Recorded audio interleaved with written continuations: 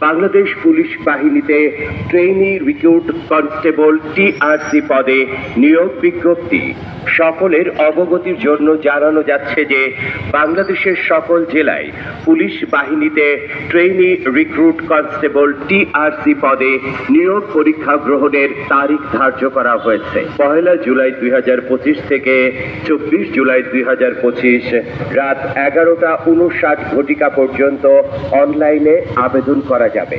অনলাইনে আবেদন করতে ভিজিট করুন police.teletalk.gov.bd ওয়েবসাইটে।